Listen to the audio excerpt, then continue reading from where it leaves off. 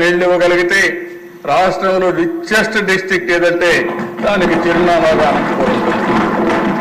అంటే ఒక నీళ్ళు అనేది ఏ విధంగా మారిపోతుందో మీరు చూస్తే, నేను ఇండస్ట్రీ పెట్టాలనుకున్నాం. బెంగళూరు ఎయిర్పోర్ట్ ఉంది. బెంగళూరు ఎయిర్పోర్ట్కి దగ్గర అనంతపురం జిల్లా. కర్ణాటక రాష్ట్రంలో వేరే ప్రాంతాల పోలు అటు ఇటు తిరిగిపోవాలి, చాలా దూరం. నేరుగా బెంగళూరు ఎయిర్పోర్ట్ నుంచి 25 నిమిషాల్లో ఆంధ్ర బార్డర్ వస్తుంది, 30 నిమిషాల్లో వస్తుంది. నేను ఆ రోజు కియా మోటార్కి చెప్పాను, మీరు సౌత్ కొరియాకి పోవాలంటే నేరుగా అనంతపురం ఎయిర్పోర్ట్ ఉంది బెంగళూరులో, రావచ్చు పోవచ్చు. అంటే నీళ్లు ఎక్కడున్నాయన్నారు.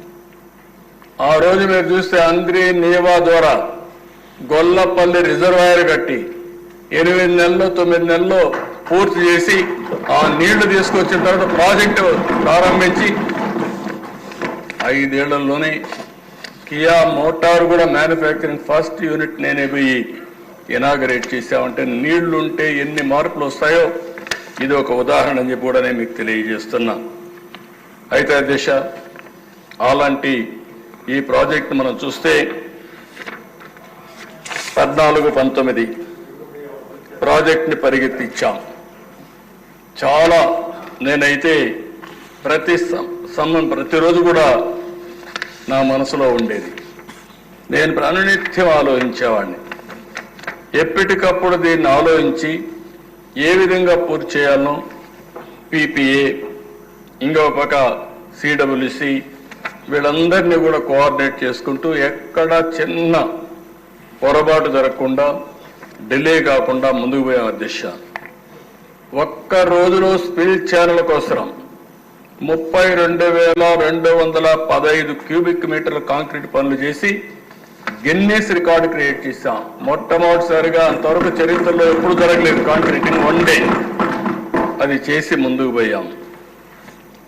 ఇంకొక పక్కన దేశం ఎక్కడికక్కడ హెడ్ వర్క్ పనులు చేస్తూనే ఎగువన దిగువన కాఫర్ డ్యాములు పనులు ప్రారంభించాం. ప్రాజెక్టులో కీలకమైంది డయాఫామ్ వాల్. ఆనాటి ఇరిగేషన్ శాఖ మంత్రులు పాపం, నేను ఆ పేరు చెప్పడం నాకు ఇష్టం లేదు కానీ డయాఫామ్ ఎక్కడుందో కనపడలేదు అంటున్నాడు. అంటే అన్ని ప్రాజెక్టులు డయాఫామ్ వాల్ ఉంటుందంటాడు. అంటే సబ్జెక్ట్ తెలుసు, అందరికీ తెలియాలని లేదే దిశ, కానీ నేర్చుకోవాలనే ధ్యాస ఉండాలి. ఆ ధ్యాస లేకుండా పోవడం దౌర్భాగ్యం అని చెప్పి కూడా నేను మీకు తెలియజేస్తున్నా. ఎందుకంటే గోదావరిలో లూజ్ సాయిల్స్ ఉన్నాయి. ఆ లూజ్ సాయిల్స్ లో ఈ కాంక్రీట్ తో డయాఫామ్ వాల్ స్పెషల్ టెక్నాలజీది. అది రాకపోతే నీళ్లు కింద మొత్తం వెళ్ళిపోయే పరిస్థితి వస్తుంది. అందుకని అది కూడా మీరు చూస్తే 2 కిలోమీటర్ల పొడవు 100 మీటర్ల లోతులో కొన్ని దిక్కల డయాఫామ్ వాల్ వెళ్ళింది. ఆ సాయిల్ని బట్టి ఇది జర్మన్ కంపెనీ బావర్ ఒకటే చేయగలుగుతుంది. ప్రపంచంలో 2-3 కంపెనీలు తప్ప ఎక్కడా లేవు. అలాంటి కంపెనీని రప్పించి 414 రోజుల్లో డయాఫామ్ వాల్ పూర్తి చేశామని చెప్పి మీకు అందరికీ తెలియజేస్తున్నా. ఇబ్బందులు ఉన్నా కూడా అధిగమించామని చేశాం. ఇవన్నీ చేసే దిశ స్పిల్వే గేట్స్ అన్ని డిజైన్లు సిద్ధం చేయడం, గేట్లన్నీ ఎక్కడిక్కడ ఎరెక్ట్ చేయడం, ఇవన్నీ కూడా ఎప్పటికప్పుడు పీపీఏ కానీ అదే మరి సిడబ్ల్యూసీ కానీ వాళ్ళందరూ అనుమతులు తీసుకొని ముందుకు పోయే పరిస్థితికి వచ్చాం. నితిన్ గడ్కరీని తీసుకొచ్చాం.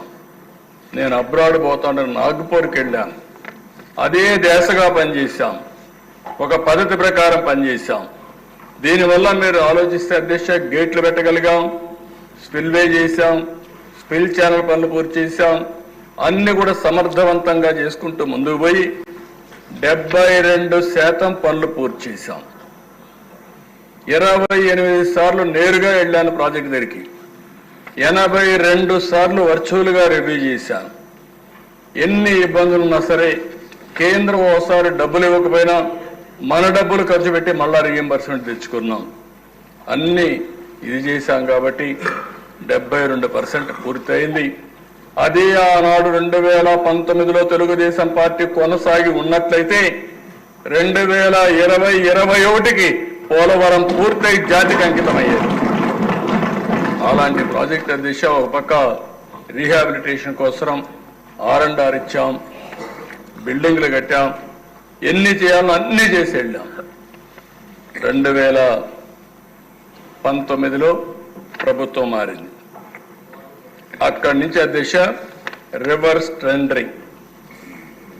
ఎవడైనా బుద్ధి జ్ఞానం ఉండేవాళ్ళ దిశ ఇప్పుడు నేను చేయలేక కాదు, నేను చాలా ఆలోచిస్తాను. ఏ పని చేయాలని 4 సార్లు ఆలోచిస్తాను. ప్రజా జీవితంలో ఉండే మనం ప్రధానమైన నిర్ణయాలు చేసినప్పుడు ఇంకా ఎక్కువ ఆలోచించుకోవాల్సిన అవసరం ఉంది. తెలియకపోతే నేర్చుకోవాల్సిన అవసరం ఉంది. కక్షతో రాజకీయం చేయడం కాదు, కక్షతో అభివృద్ధి చేయడం కాదు దిశ. అదే ఇక్కడ జరిగింది. ముఖ్యమంత్రిగా ప్రమాణ స్వీకారం చేస్తూనే అప్పుడే పోలవరం ప్రాజెక్ట్ని ఆపేస్తుందని అనౌన్స్ చేయడం. ఆ రోజే మీరు ఒకసారి చూస్తే అధ్యక్ష ఆదేశాలు ఇవ్వడం, ఆదేశాలు ఇచ్చి సైట్లో నిర్మాణ సంస్థ ఉంటే దాన్ని ఖాళీ చేయించింది జూలై 29, 2019 నోటీసులు ఇచ్చి ఖాళీ చేయించడం. ఇంకొక పక్కన అధికారులందరినీ మార్చేయడం. కాంట్రాక్టర్ లేడు, అధికారులు లేడు. అధ్యక్ష మీరు ఒకసారి చూస్తే గోదావరి ఉధృతంగా వస్తే 50 లక్షల క్యూసిక్స్ ఆఫ్ వాటర్ డిశ్చార్జ్ వస్తుంది. దేశంలో ఇంత ప్రమాదమైన నది ఎక్కడా లేదు. అందుకే 50 లక్షల క్యూసిక్స్ ఆఫ్ నీళ్లు పోవడానికి ఈరోజు స్లూయిస్ కానీ అవన్నీ కూడా మనం నిర్మాణం చేసే పరిస్థితికి వచ్చాం. అలాంటి ప్రాజెక్ట్ని అంటే అవగాహన రాహిత్యం, మూర్ఖత్వం, చేతగానితనం, అదే మరి విధ్వంసం. ఏదో జరిగిపోయిందని కావాలని దాన్ని అడ్డం పెట్టుకుని ఒక ప్రాజెక్ట్ని నాశనం చేసే పరిస్థితి వచ్చే దిశ 15 నెలల్లో ఆ సైట్లో ఎవరూ లేకుండా చేసే పరిస్థితికి వచ్చారు. 19-20 అక్టోబర్ వరకు ప్రాజెక్టుకు ఎవ్వరు పెద్ద దిక్కు లేదు. ఎవ్వరూ లేకపోతే 20లో పెద్ద ఎత్తున ఆగస్టు, అక్టోబర్లో పెద్ద వరదలు వచ్చాయి. ఆ వరదలన్నీ కూడా డయాఫామ్ వాల్ పైన వెళ్ళాయి. దాంతో పూర్తిగా డయాఫామ్ వాల్ దెబ్బతినిందని నిర్ణయించలేకపోయారు. పైన ఏమి కనపడదో చేసే వీళ్ళకు దెబ్బతిని కింద తినింది. దాన్ని కనపడకపోతే వీళ్ళంతా కూడా ఇది చేస్తే కడాన వీళ్ళ యొక్క అసమర్థత, అవగాహన రాహిత్యం, అవినీతి, కుట్రతో కూడినట్టే ఆలోచన విధానం వల్ల మొత్తం 5 ఏళ్లు మనం కష్టపడిందంతా కూడా సర్వనాశనం అయిపోయింది దిశ.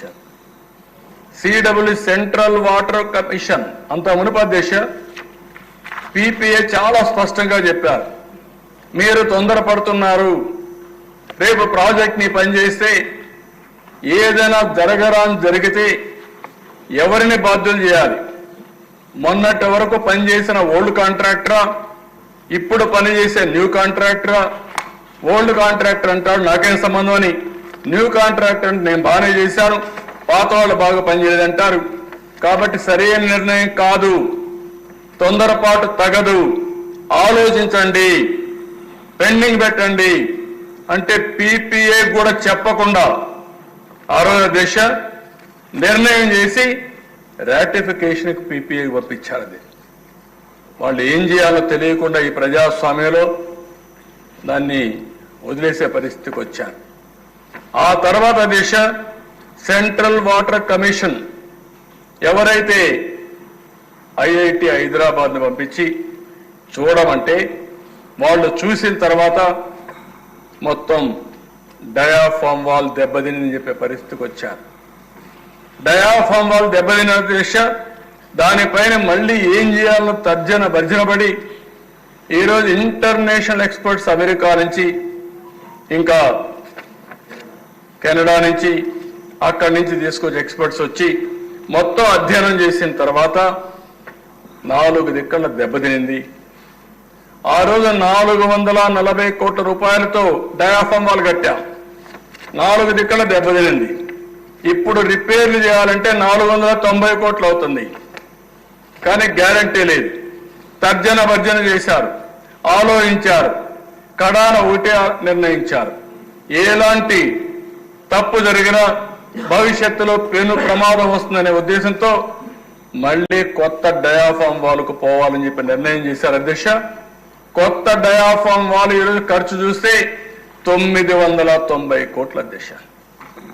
కానీ ఇమేజిన్ అధ్యక్ష ఇవన్నీ అంటే ఒక వ్యక్తి దుర్మార్గమైన ఆలోచన, పనికిరాని ఆలోచన, బాధ్యత రాహిత్యమైనటువంటి ధోరణి, ఇవన్నీ కలిసి రాష్ట్రానికి ఒక శాపంగా మారే పరిస్థితికి వచ్చింది. దానివల్ల మీరు చూస్తే మొత్తం 990 కోట్లు ఒకటి, ప్రాజెక్ట్ కాస్ట్ ఎక్స్లవేషన్ పెరిగింది, డిలే అయిపోయింది, హైడల్ ప్రాజెక్ట్ నిలిచిపోయింది, కరెంట్ వస్తే కరెంటు ఆగిపోయింది, అన్ని కలిపితే కొన్ని వేల కోట్ల రూపాయలు రాష్ట్రానికి నష్టం వచ్చే పరిస్థితి వచ్చింది దిశ. 2019కి 71.93% పూర్తి చేశాం. వీళ్ళు వచ్చిన తర్వాత పూర్తయిన దిశ 3.84%, 5 సంవత్సరాలు. అంటే ఎంత నిర్లక్ష్య దిశ ఇది. ఒక మంత్రి అంటాడు, ఇదే హౌస్లో మేము చూసాం, పర్సెంటా ఆ పర్సెంటా తొందర ఎందుకు అని అవగాహన చేస్తాడు, అవహేళన చేస్తాడు, అవగాహన రాహిత్యంతో అవహేళన. ఇక్కడే చూశా, ఆయన పోయాడు, ఇంకొక ఆయన వచ్చాడు, ఆయనకు టీఎంసీకి క్యూసెక్స్కి తేడా తెలియదు.